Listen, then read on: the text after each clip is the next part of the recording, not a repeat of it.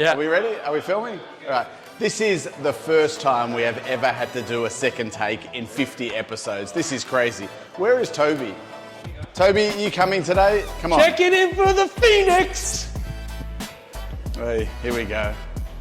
Basketball We're is number taking one, over baby. your life. We are number one. Southeast Melbourne Phoenix on top of the ladder. When we Couldn't went be prouder. courtside, we were number 2, so clearly something's happened since That was since I came. that was so 2025.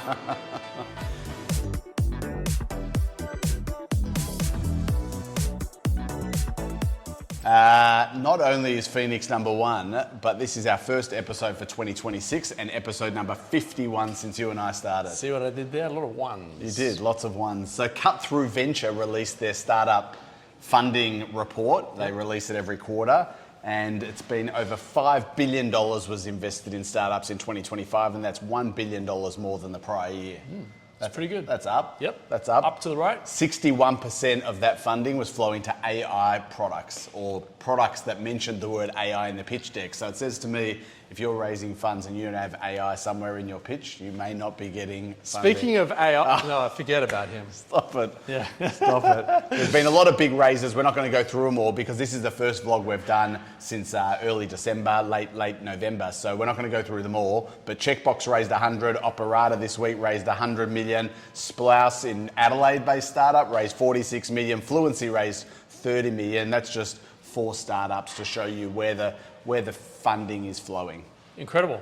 Since we last saw each other, probably not since the last time we saw our audience, there's been 2 new unicorns in Australia. That's what I heard. Yep, so one, which we love, Space, so GilmourSpace, Space, which is an Australian rocket startup, raised over 200 mil. We've covered them quite a few times. We have, and they are one of Australia's latest unicorns. The other one just last week or this week was Neera, which is they create digital versions of critical infrastructure. They raised $90 million and took them into the unicorn status as well. So there is definitely money flowing and there is a lot of dry powder with our VCs. There was actually an article 2 weeks ago that was talking about all the dry powder, and we've seen a number of VCs raise new funds, including EVP, another $100 million to deploy. Yep. SquarePeg did their first close at $650 million. Great. And Second Quarter Ventures, who invest not primary capital, secondary capital, to give some liquidity to early investors and shareholders.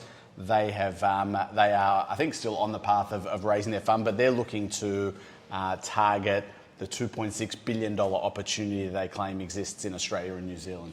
Gav, we've covered ROKT before. Yep. There's a lot of stuff happening in the IPO world, but not for ROKT. Yep. ROKT have announced that 2026 is not their year for IPO. There's too much volatility in the public markets when it comes to AI.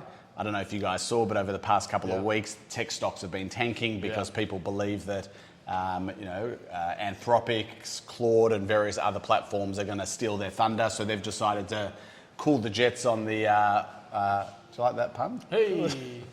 On their IPO for 2026.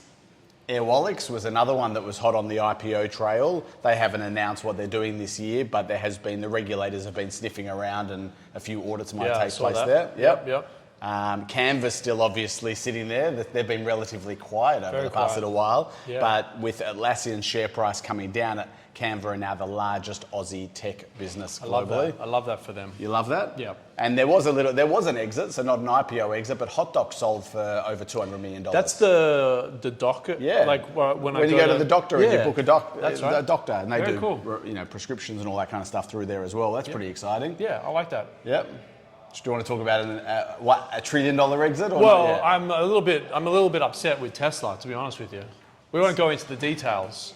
Customer experience has not been to Tobi's liking over the past few weeks. No, and Elon's going to hear from me. So Tesla invested $2 billion into xAI. xAI is the company that merged with X. X is formerly known as Twitter. So there's a little timeline of businesses as to how Tesla invested in that.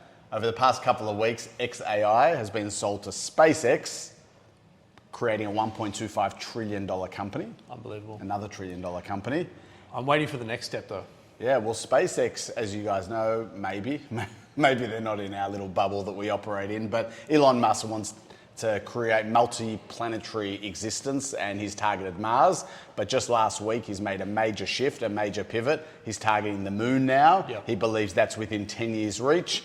He's going to create a base and a whole... Well, he's also playing after putting data centers in space. Yep. This is going to be far cheaper.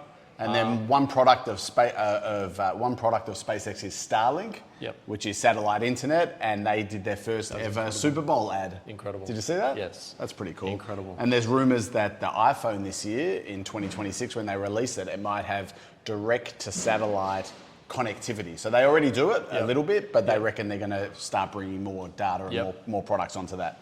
But back to Australia, a couple of local movements, people movements. We sometimes go through some people movements. Michael Batko, who was CEO of StartMate, the accelerator program here in Australia, is no longer CEO.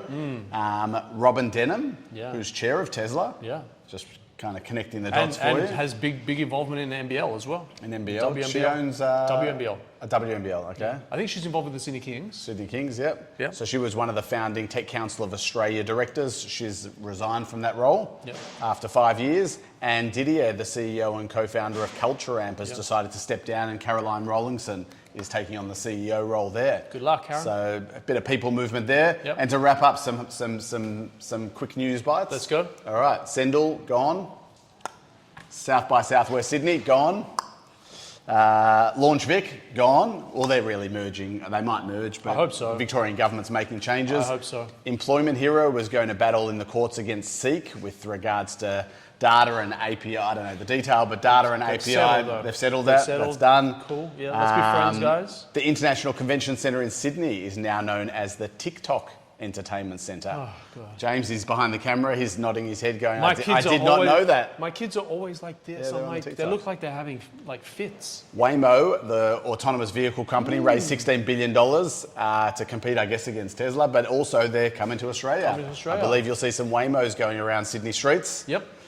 I don't know. I mean, Anthropic, Claude Code, Claude Cowork. James is nodding his head. Maybe he's been prototyping around this, but tech is freaking out. The stock market's freaking out. Shares are tanking. CEOs are talking it up. Mike Cannon-Brookes came out and said Claude versus Atlassian. How is this impacting them? Will it help them?